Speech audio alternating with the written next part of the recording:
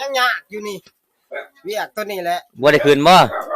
คืนยังว่าสาดโลดทั้งซีมาส่งเพิ่นว่าสิมาส่งสังกะสีมื้อนี้โอ้รถกำลังมาส่งสังกะสีผ่านใหญ่นะที่แรกก็เฮาว่าสิขึ้นแต่พุ่นแหละแต่11 โมงนี่โอ้ผ่านแขวไข่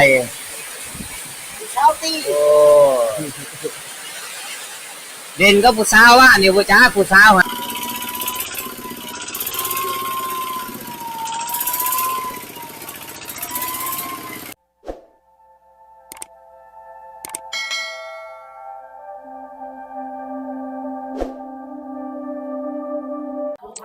สบายดีทุกคนสบายดีตอนเที่ยงนะก็คือมื้อนี้ก็สิหากะเกียมมื้อนี้ตั้มมือก็แม่ทับกุ้งทุกคนเลยแม่ทับกุ้งก็เพิ่นมาตั้มมือซอยมื้อนี้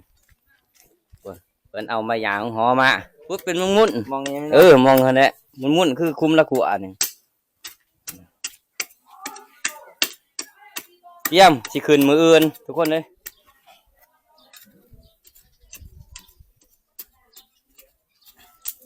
คือสิมานอยู่หรอกมือห่อตัวนี้ก็สิมานมีเมทับกุ้งตำซอยน้ำ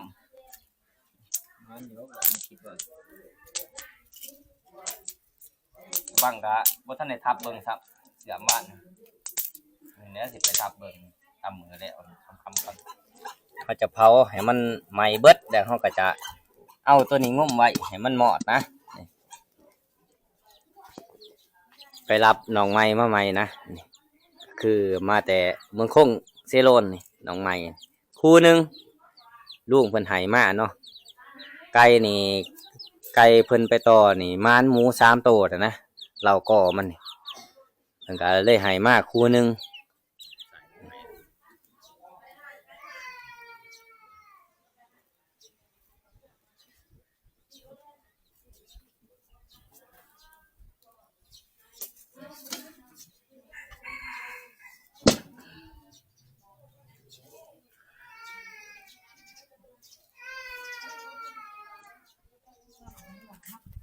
เอากระสีเลาะให้มันรับหรือว่ามันหมอดก่อนนะ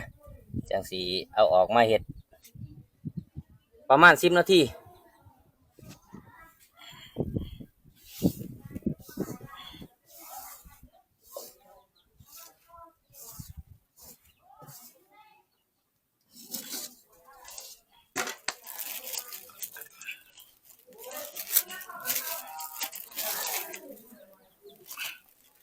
ออกแบบท้องใส่เลยตามโบราณดอกเฮาพกบนใหญ่นะ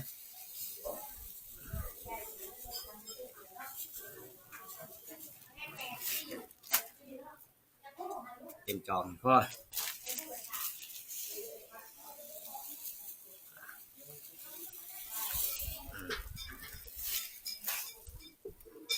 1 จอกต่อ2 จอกเครื่องนะถ้าอยากมันแห้งอีดีต่อ1 ต่อ 2พอดีแห้งนี่เราจะมาขัวใส่เราจะเอาน้ำเพิ่มใส่อันนั้นได้นะโอ้ใส่น้ำได้พวกเอาล่อให้น้ำบกคนนี้พอดีตบให้มันเข่า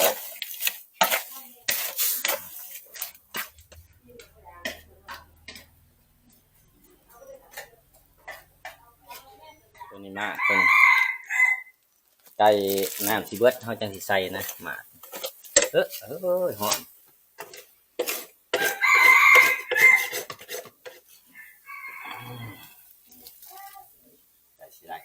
ใส่หมากไปเลยใส่กันไปเลย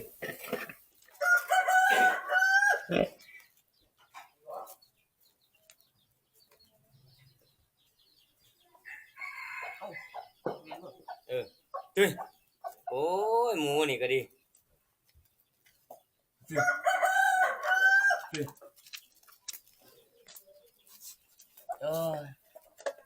หมูมาตัน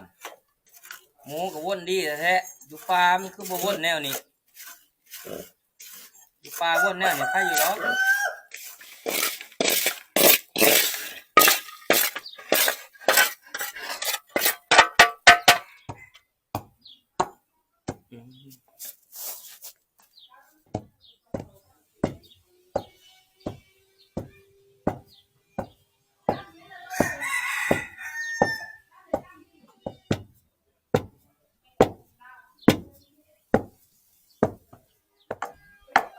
แม่ทับกุ้งมาตำเปลี่ยนบาทนี่โอ้ยทางลงแห้งบ่ต้องยานว่ามันแตกขบยานแต่มันฟงออก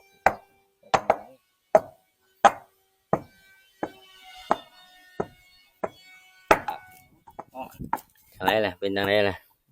โอ้ซ้ำดำๆเพื่อจิบหัวทานเนี่ยวะ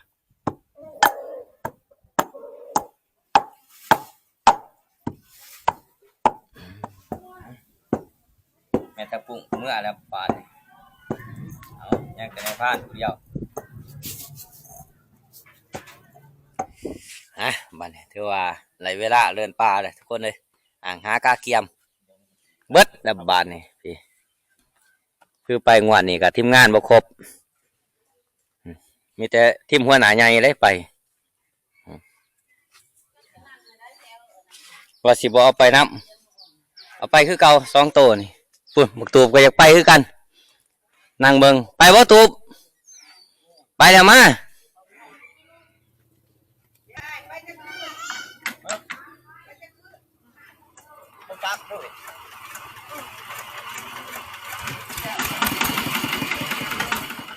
ไปบ้านนี้พอกันทีล้างผู้ทุกคนบ้านนี้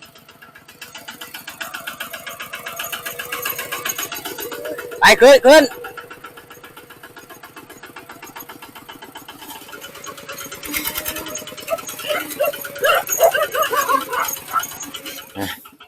เขาไปหาสื่อเครื่องสื่อคล้องก่อนเพื่อสิหอดหาสื่ออูก่อนวะ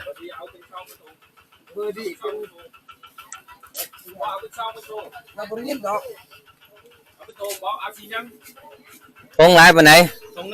ร้ายปานไหนอูนโอ้180เอากาแฟเบอร์รี่ทงหนึ่งนะ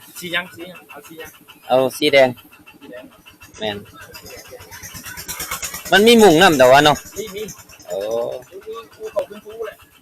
เกลือ2 ทงกาแฟทง 1โอเคเอาร่วมถ้าไปการที่ผมจะมีเอามาแค่นี้ก็นี่ตัวนี้เนี่ย384เดี๋ยวได้ครบเด็กค่ะโอเคกับไรปะยังก็คือนี้ยังเหลือโอเค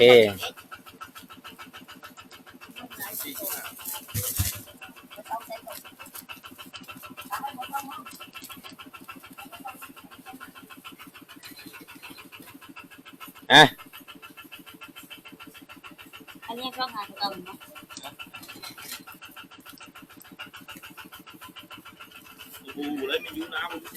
ไปบ้าน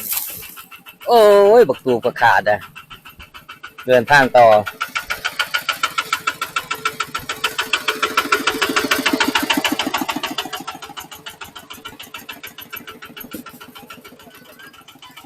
กระปุ่นเนื้อหรือว่าซีนเนื้อเอาขึ้นไปกินในเด้อโอ้ย เอาไปก่อนในพันม่วงบ่ทันได้สู้พ่อหัว3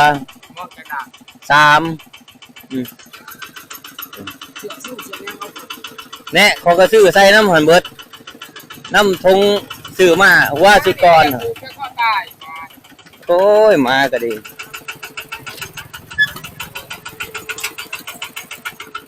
ตายบ้านนี้โอ้ยน้องมาเฮากะอย่ากลับคือนะบ้านนี้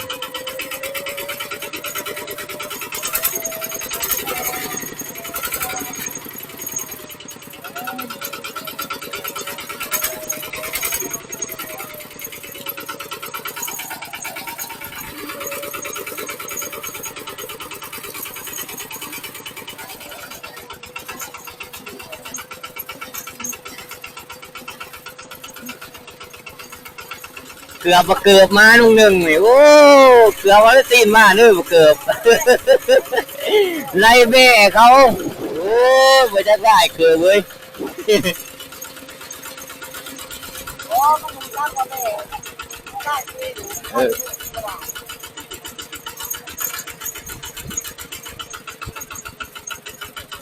ตอนนี้เฮาก็มาฮอดเพื่อนผ่านใหญ่เป็นที่เรียบร้อยทุกคนเลยโอ้ยมาฮอดก็เกือบบ่เกือบมันอยู่แคมป์บ้านเด้อนะนี่เพื่อนผ่านใหญ่เพิ่นก็ปูแล้วแหละยังแต่มุ้งนะนี่ผ่านใหญ่จักเพิ่นสิไปนำได้บ่จังได๋ได้ผ่าน ยังยากอยู่นี่เวียกตัวนี้แหละ บ่ได้ขึ้นบ่ ขึ้นยังว่าสาดโลดทั้ง โร ซี ง ก็ งาน มาส่ง เพิ่นว่าสิมาส่งสังกะสีมื้อนี้ โอ้ จังว่าเลาะเยี่ยๆนี่ครับว่าสิมาส่งแต่เช้าบ่ทันได้เห็น เออ โทรมาอีกมั้ยโทรมา สิไว้อยู่บ่มื้อเจ้านี่ฮะ จังว่านี่แหละบ่ไว้ก็ไว้เอาเล ได้ ย ช่วงนี้มันร้อนได้ แม่น โชคมานมานี่รถลงรถใต้ได้คือข่อยเที่ยวก่อน นั่นแหละอาศัย เรื่องว่าป้ามันมันอยู่แล้ว แมน ไปทุกคนเลยว่าสิขึ้นผู้กับฝนตกน้ำอยู่เพื่อนผ่านใหญ่นี่ออกยังบ่ทันไหนเลยซ้ำนี่คนจะใกล้ว่าเลยคน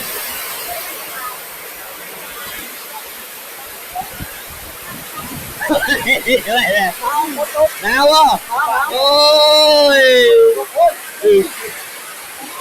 ดูถึงงานไปจอยเจ็บแขวไปจอยดิท้องฟ้ามืดตื้นโอ้ยสร้างที่เศร้าตกนี่ลุงแอนบินเป็นมูเลยฝนตกนี่ถ้าลุงแอนออกบินนี่ก็ฝนจะตกนั่นนะทุกคนเลยเพื่อมันจะเศร้ารถกำลังมาส่งสังกะสีผ่านใหญ่นะที่แรกก็เฮาว่าสิขึ้นแต่พุ่นแหละแต่11 โมงนี่รอเขาเจ้ามาส่งสังกะสีผ่านใหญ่เดี๋ยวก็จังสิขึ้นที่แรกว่าผ่านใหญ่สิบ่ได้ขึ้นนะวันนี้เพิ่นก็อยากขึ้นน้ำนะก็สิมาม่วงเพื่อนเพิ่นนั้นบักใหญ่เลยไหนแหละแขวเป็นจังไดโอ้พันแขวไข่เช้าตีโอ้เด่นก็ผู้สาวว่านี่ผู้จ้าผู้สาวหาคน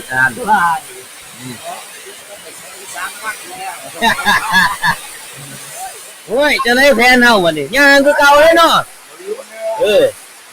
เดี๋ยวสิไปคิดได้ว่าเสียรถขึ้นล่ะ โอ้ยพยานซ้ำนี่หั่นฝนตกกันไม่ลุย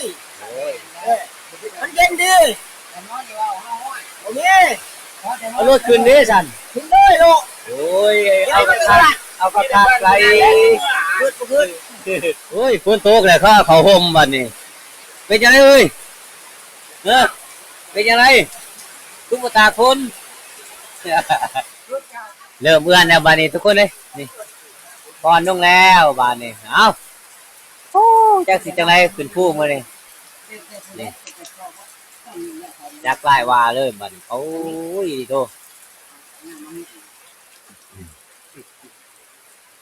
ไก่ในผ่านกับเงาเฮโกโซถือคนนี่โอ้ยที่เป็นตลอดน้องเขาอยู่เพราะตัวนี่เอ้ยบ้านนี้คือว่าฝนเศร้าตกแต่เอากระสีหางหากาเกียบเนาะเอารถไถขึ้นบ้านนี้โอ้ยจะสิขึ้นฮอดได้บ่ทุกคนเด้โอ้ยน้องมาเขากำลังไงได้น้องกดกันโอ้ยขี่รถไถไปสู้ทีมงานเขากำลังเกี่ยมเครื่องเกี่ยมของขึ้นรถนะ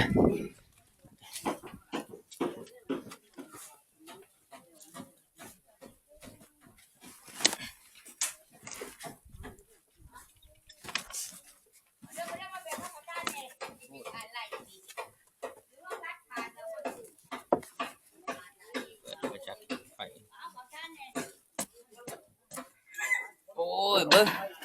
คืนเบิ้งเพื่อนผ่านใหญ่ก่อนเบิ้งสร้างเขาเจ้าเฮ็ดอยู่เทิงนะจักสิเป็นแนวไรโอ้ยโอ้นี่ว่าสังกะสีเขามาส่งโอ้คักเนาะสีนี่เนาะมันเป็นสีออกแบบสีกระเบื้องเนาะ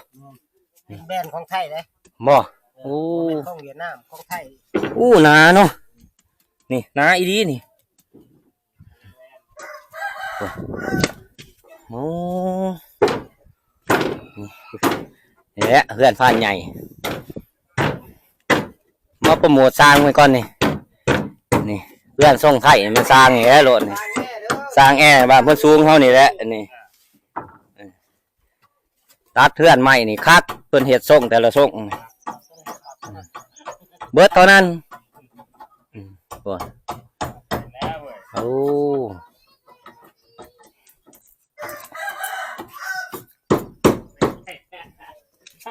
นี่นายดีสังกะสีนี่ตัดดังแล้วเพิ่นก็แทกไปเลยนะแล้วก็ไปสั่งตัดสังกะสีมาให้มันครบเนาะตัวสันก็ตัดเป็นสันนะก็คือเนี่ยนั่นตัวยาวก็ตัดเป็นยาวอุปกรณ์เฮาเกียมแล้วเบิดแล้วบัดนี้ยังถามแม่นทับกุ้งกับน้ำมันที่แรกว่าเพิ่นสิบ่ไปนะทุกคนนะเพิ่นเปลี่ยนใจจังได๋บ่อยากไปนํอีกเอ้าถามเพิ่นก่อนโอ้น้ำมันรถเฮาก็สิเบิดได้เพียงบัดนี้แม่ทับกุ้งก็มาแล้วไปเดินทางต่อบัดนี้ทุกคนเด้ไปบัดนี้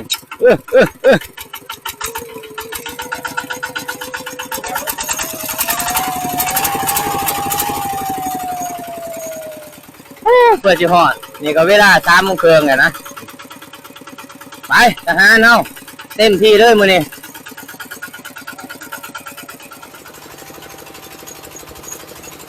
ที่แรกว่าสิย่างเอารถขึ้นมาสิ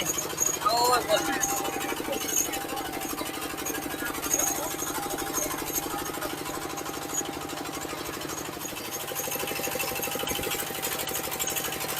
นตกแห้งน้ำขึ้นหงข้างเลย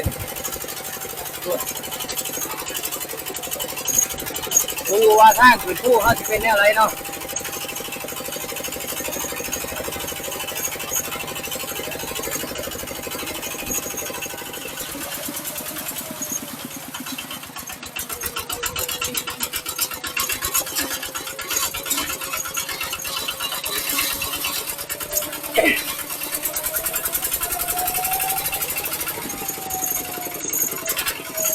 โอ้มาหอดตีนผู้นี่ฝนแห้งขนาดทุกคนเลยน้ำยังบ่ทันแห้งครับจะเอารถขึ้นในด้วยบ่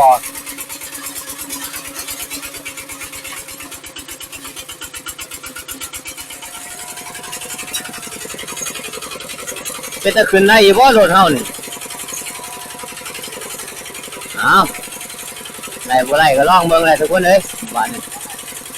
ไอ้แน่จะมีคนเพิ่มแม่ทับกุ้งมาเพิ่มอีกเพื่อสิอะไรกำลังดีหรอก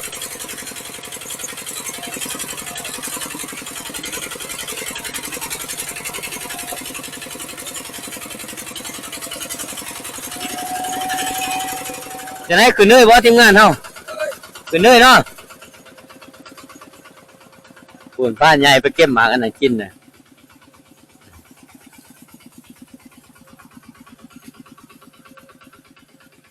เป็นยังไงหายังเกือบประสงค์อ๋อโอ้ยเก็บยังเลยผ้าใหญ่นี่บักภาพห้วยสมหรือหวานน่ะแล้วเนาะบ้าแมนบ่นี่ลองเบิ่งโอ้ยทุกคนเลยเพื่อสิมาหอดผู้ดีใส่เวลาตั้งแต่3 โมงจนหอด5 โมงแรกนะเพื่อสิขึ้นวิทย์ลังผู้จักสิใส่เวลาจักชั่วโมงอีกเนาะเอ้าก็คือขับรถมื้อนี้ก็มอบหน้าที่ให้ผ่านใหญ่ส่วนออกมาแต่ เพื่อนผ่านใหญ่กันในผ่านเป็นหน้าที่ขับรถมานะเปลี่ยนกันเนี่ยทุกคนเลยแล้วผ่านใหญ่อีกแล้วเพราะว่า อันนั้นในผ่านก็บ่หานขับขึ้นทั้งผู้นะบ่แล้วเนาะถ้าว่าผ่านใหญ่บ่มาถือว่าระย่างมื้อนี้เอามอบหน้าที่เจ้าเด้อมื้อนี้เจ้าไหนพร้อมแต่ว่าพร้อมกินหมูปับบ่เอาแห้งมาตีมันเป็นอะไรรสชาติเอาแม่ทับกุ้งซองไม่แม่ทับกุ้งชื่อจังได๋เนาะ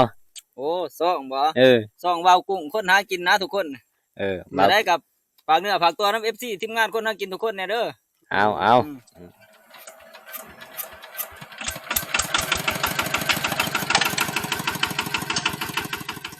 ทางก็เมื่อยขนาดทุกคนเลย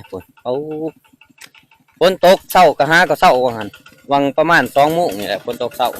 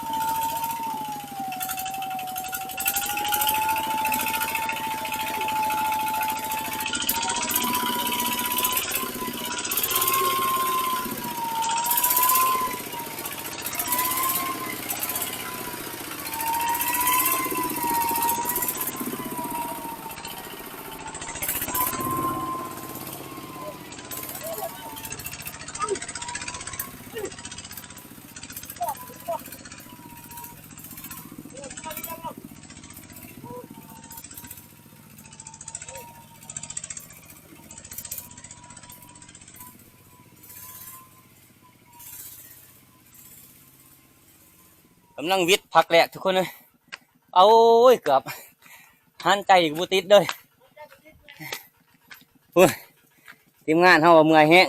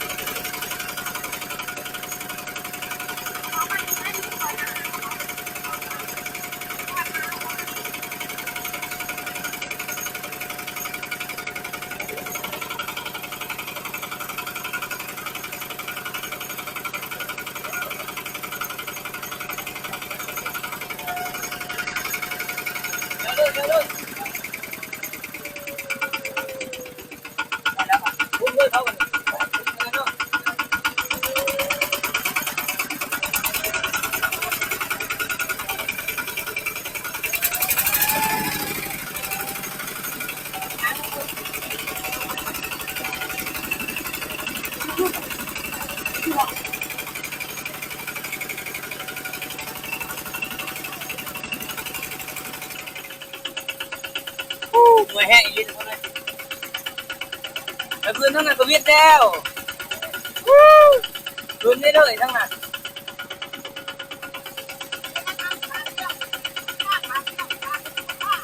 พี่แล้วไงบางครั้งหนึ่งเป็นร่มเลย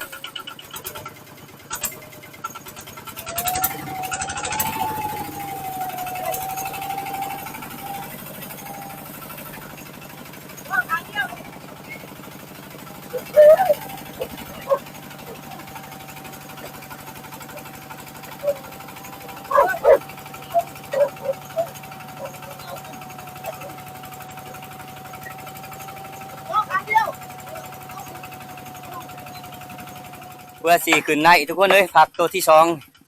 ใส่เวลาอยู่เกือบสมุงคนนี้อยู่นี่เพื่อแต่โอ้ยจะใกล้ว่าเลยมันมืนฝนมันตกนี่สถานการณ์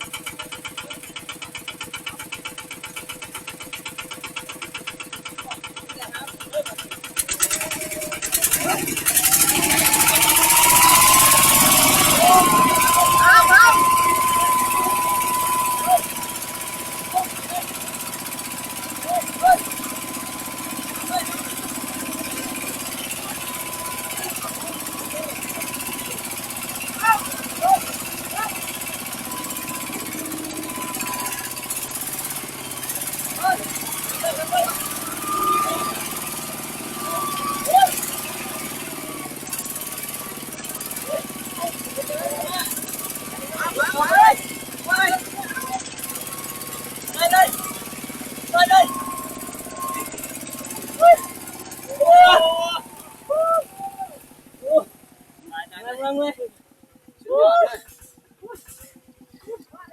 ปากกองหยาปากสาว โอ้มันมืนทุกคนเลยเมื่อยดีเนาะมืนขนาดฝนตกมาโอ้ยดีนะแม่ทับกุ้งมาเพิ่มอีกคนหนึ่งมีแต่ทีมงานพวกเฮาก็คือสิขึ้นบ่ไหลดอกทุกคนเลยไปมาเนี่ยเดินทางต่อโอ้ยแต่5 โมงเลยตอนนี้จักจะโมงเลยก็ยังบ่ฮู้เนาะ6 โมงปลายเกือบทุ่มหนึ่งแล้วบ่จักโอ้เจ็บปวดปากทุกคนเลยโอ้ยทางมืนขนาดเพื่อสิฮอดเที่ยงเฮาอีกจักสิใส่เวลาจักชั่วโมงทุกคนจักไล่ว่าเลยเอาอีพี 1เฮาก็สิปิดไว้เพียงเท่านี้เนาะรอติดตามอีพี 2นะคุณแนะไปเที่ยงหน้าหน่อยเฮามื้อนี้สิพักอยู่เที่ยงหน้าหน่อยเฮาทุกคน